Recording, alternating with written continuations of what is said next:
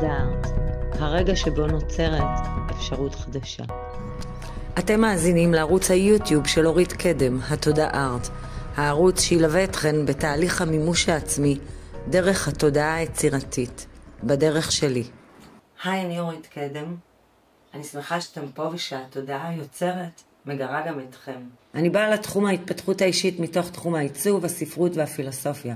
מרצה באקדמיה, מנחה קבוצות נערים ונערות עם חרדות חברתיות, מלמדת עיצוב ואומנות, ומלווה אנשים בתהליכי שינוי ומימוש. כבר הרבה שנים שאני יוזמת מפגשי נשים תחת המטריה של התודעה ארט. נשים מעוררות השראה, הוגות ויוצרות.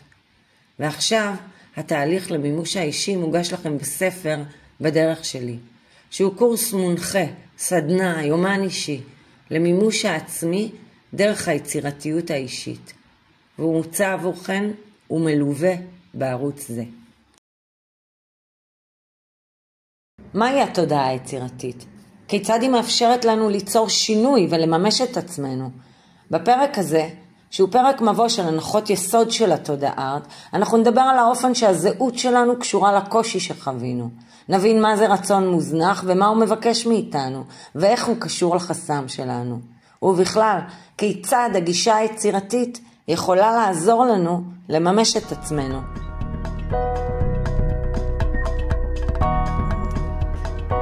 תחשבו לרגע על כל הטכניקות שביטחתם לעצמכם במהלך החיים כשיטות, ככלים. הזהות מתפתחת מתוך צורך לצלוח איזה קושי.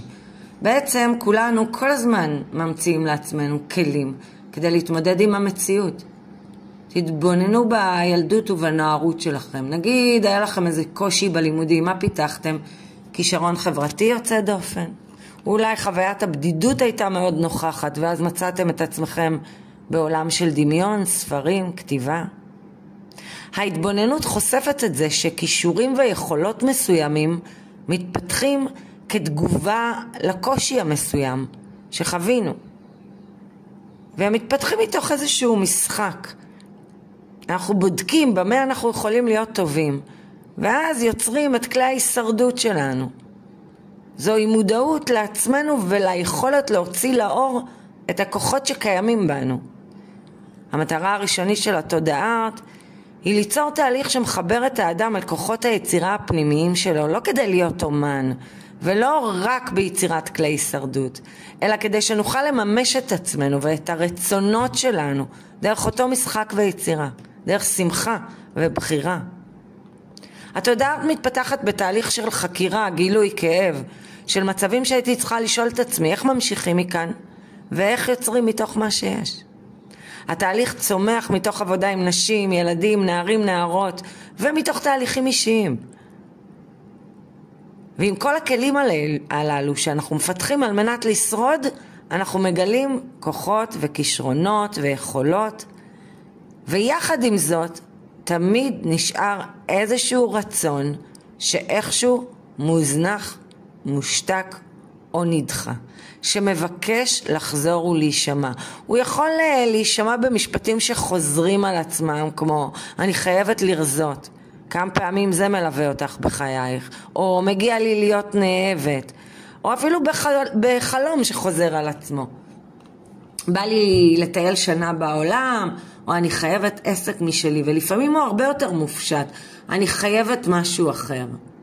הרצון הזה לרוב הופך להיות החסם שלנו, כי הוא מצביע עבורנו על איזו הזנחה, על הזנחה של רעיון, הזנחה של רצון, על משהו לא בסדר. אבל הוא בעצם קריאה, הוא מבקש שנקשיב לו, ושניתן לו לכוון את הדרך. התודעה היא דרך לענות לזה. זו דרך חיים. זה אומר לחיות מתוך שאלה, מתוך בחירה יומיומית, שמכוונת. ליצור כלים אישיים יומיים, כדי ליצור כל יום, דרך תפיסת היצירתיות והמשחקיות הפנימית. השאלה שנותנת נקודת הפתיחה לשיטה, בעצם מתרחשת בסטודיו לעיצוב מין ענה. כשהייתי מעצבת ראשית, מנהלת סטודיו, בחרנו לייצר מוצרים ובגדים לילדים. לאף אחד מאיתנו לא היה ניסיון קודם בתחום, ולכן מצאנו או המצאנו את הדרך לעצב ולייצר. המצאנו את הדרך כי פשוט לא הייתה לנו אחת. עכשיו תחשבו על כל דבר שאתם רוצים. שאתם נכנסים לזה מתוך סקרנות ואתם אומרים, איזה דרך אני יכול להמציא כאן? הרבה פעמים אנשים אומרים, ניסיתי את כל השיטות, אי אפשר עכשיו, רק אם, רק אז. איזו שאלה מלווה את הרצון המוזנח הזה. וכאן מתפתחת ההבנה בעצם שלא המצאנו אלא הוצאנו אל האור. ואני הייתי המוציאה. זו שבחרה ביצירתיות כרצון מוביל, והתהליך החל להתגשם. מה זה אומר? הייתי צריכה לעצב בלי שהיה לי שום ידע. איך עושים את זה? כשבוחרים בגישה אני יצירתית, זה אומר שאני אמצא. זה אומר שאני מתחייבת למצוא את הדרך שלי. ודווקא כי לא ידענו איך עושים את זה, נוצר משהו אותנטי, חי. והדבר הצליח ומהר. השאלה שביקשה התודעה, שהופכת אותה לשיטה, בעצם צומחת מתוך העשייה. והשאלה היא, אם אני יכולה להפוך רעיון לבגד או מוצר, האם אני אוכל להפוך רעיון למשהו ממשי בחיים שלי? השאלה הזאת לא נתנה לי מנוחה. לא חיפשתי עוד מקצוע, חיפשתי שפה. ובדרך הזו מצאתי את דרך האומן של ג'וליה קמרון, שמדברת לאומנים חסומים. היא מדברת על הבחירה להקים שותפות גורל עם רעיון, עם בורא עולם, עם אנרגיה גדולה שאנחנו יכולים להתחבר אליה כמנחה פנימית, שמלווה כתרגיל. הרעיון שאני יכולה ליצור לא כי אני משהו מיוחד, אלא כי יש בי קריאה פנימית להוציא איזשהו רעיון שנמצא בתוכי ונמצא בעולם אל הפועל. וברגע שהוא קיים בי כרעיון, הוא קיים בעולם עבורי. ואני צריכה למצוא את הדרך שלי. גיליתי שיש תחום שמדבר על זה, Design Your Life, שפותח על ידי ביל בורנט ודייב בארנס באוניברסיטת סטנפורד. המודל מבוסס על עקרונות Design Thinking, חשיבה עיצובית. הוא מציע תהליך יצירתי להתבוננות על החיים כפרויקט עיצוב מתמשך. נקודת המוצא היא לא מה הבעיה, אלא מה מסקרן אותי. זו דרך לפתיחת אפשרויות, במקום להצטמצם לפתרון אחד. והחיים הופכים להיות שדה של אקספרימנטים. זה מרתק וגאוני, אבל מרוחק, כי כדי להבין את זה צריך להיות כמעט מעצב בהכשרה. ואני רציתי תהליך שכל אדם יוכל להשתמש בו, גם אם אין לו שפה מקצועית, גם אם הוא לא רגיל לחשוב במונחים של עיצוב או יצירה. את כוחה של גישה וכיצד לתרגל אותה למדתי דרך הקואוצ'ינג. גישה כולנו מבינים, כולנו חווים את זה שכשאנחנו בגישה הנכונה הדברים עובדים לנו קל יותר. אדם נחמד, מאיר פנים, יחבר אליו אנשים, יחווה אהבה, שמחה. האימון מבקש מאיתנו לכוון את עצמנו לגישה הרצויה, אבל לא מתעמק במימד שמאפשר אותה, היצירתיות והמשחק. זו הדרך לחקור את זה. לנסות בדרך אחת, לנסות בדרך אחרת, והדרך הופכת להיות העניין. ככה פועל מעצב. אין עבורו אי אפשר.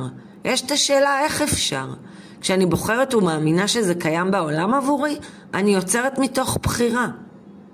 כלומר, לטפח את הגישה היצירתית שבך, דורש ממך להסתכל על כל דבר דרך האפשרויות שאת כרגע לא רואה. מפה זה יתגלגל ל-CBT, נקודת המבט הנוירולוגית התנהגותית קוגניטיבית, ששמה דגש על מה אנחנו שמים במרכז הבמה. זה נקרא אמונת היסוד של האדם. היא מתפתחת בילדות. אותו קושי שחווינו יתורגם לזהות. אני לא אדם חברתי. או לימודים זה לא בשבילי. איזה צמצום אתם חווים בתוך עצמכם. המקור שלו הוא התנסות שחווינו בילדות המוקדמת. וזה הבסיס של הסיפור שמארגן את כל האלמנטים בסיפור שלנו. כלומר, אם אני לא חברותית, אמונת היסוד תתפתח, זה אולי אנשים הם רעים, וכל מה שאפגוש יתורגם לתמה, לנרטיב שמלווה את החיים שלי. אבל זה סיפור אפשרי אחד שקיים מתוך שלל סיפורים נוספים, ופה אנחנו זקוקים להרחבת נקודת המבט, להשראה, לבחירה, לחקירה של זהות חדשה שקיימת בתוכי, אבל עדיין לא מצאה את ביטויה. והנדבך הנוסף והחשוב כל כך מצאתי בתחום של הנוירואסתטיקה. זהו תחום שמדבר על השפעת הקליטה החושית על המוח שלנו. זאת אומרת, על האופן שהתפיסה החושית משפיעה על חיי הנפש שלנו. בשביל להבין את זה טוב יותר, תסתכלו רגע על תמונה של אדם אהוב או ילד שלך, שלך. תתמסרו לנראות ותבחינו מה קורה בגוף ובנפש. זה באמת גדול.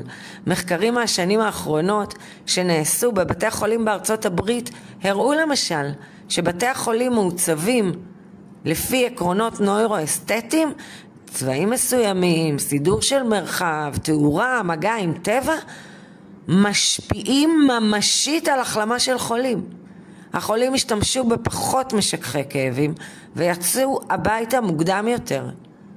כלומר, האופן שנכוון את עצמנו על מה להתבונן, למה להקשיב, מה לטעום, מה להריח, יעזור לנו ליצור תזוזה. אלו כלים שכל כך נגישים לנו. אנחנו מנסים לפתור הכל דרך מחשבה, אבל יש משהו שקודם לזה. למה אנחנו מאפשרים שייכנס לגוף, לעיניים? כיצד השימוש בחושים שלנו יכול לרפא אותנו, לעורר בנו רצון ומוטיבציה, ליצור תנועה תמידית. זה נכון שמחשבה תשנה את נקודת המבט, אבל מה קודם למחשבה? החוויה, ועליה אני צריכה לעבוד. למשל, רגע של דכדוך יכול להשתנות על ידי תנועה של הגוף, התבוננות בדבר מה יפה או מרגש. מכאן אני אוכל ליצור פרספקטיבה חדשה ומחשבה חדשה. כל התחומים האלה ותחומים נוספים, כל התובנות לא נועדו להישאר בראש. הם הפכו לדרך כזו שכל אדם ואישה יכולים לצעוד בה. לא משנה מה הרקע, החינוך, ההיסטוריה והפסיכולוגיה. הדרך של התודעה היוצרת. ומשם נולדה השפה, השיטה והטכניקה. לא כשיטה סגורה, אלא מרחב פתוח. מרחב שבו תודעה פוגשת רצון ובוחרת ליצור. בפרק הבא נתמקד בתודעה ובשאלה מהי התודעה היוצרת. התודעה.